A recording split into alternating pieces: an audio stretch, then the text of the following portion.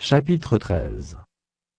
Quand je parlerai les langues des hommes et des anges, si je n'ai pas la charité, je suis un airain qui résonne, ou une cymbale qui retentit.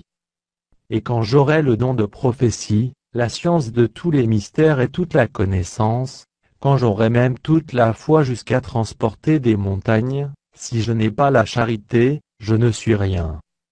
Et quand je distribuerai tous mes biens pour la nourriture des pauvres, quand je livrerai même mon corps pour être brûlé, si je n'ai pas la charité, cela ne me sert de rien. La charité est patiente, elle est pleine de bonté, la charité n'est point envieuse, la charité ne se vante point, elle ne s'enfle point d'orgueil. Elle ne fait rien de malhonnête, elle ne cherche point son intérêt, elle ne s'irrite point, elle ne soupçonne point le mal.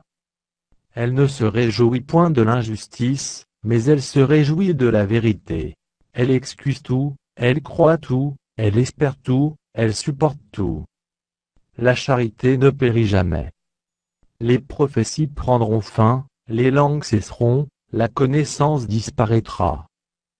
Car nous connaissons en partie, et nous prophétisons en partie. Mais quand ce qui est parfait sera venu, ce qui est partiel disparaîtra.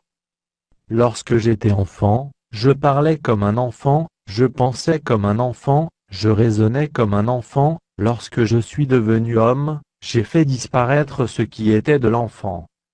Aujourd'hui nous voyons au moyen d'un miroir, d'une manière obscure, mais alors nous verrons face à face. Aujourd'hui je connais en partie, mais alors je connaîtrai comme j'ai été connu. Maintenant donc ces trois choses demeurent: la foi, l'espérance, la charité, mais la plus grande de ces choses, c'est la charité.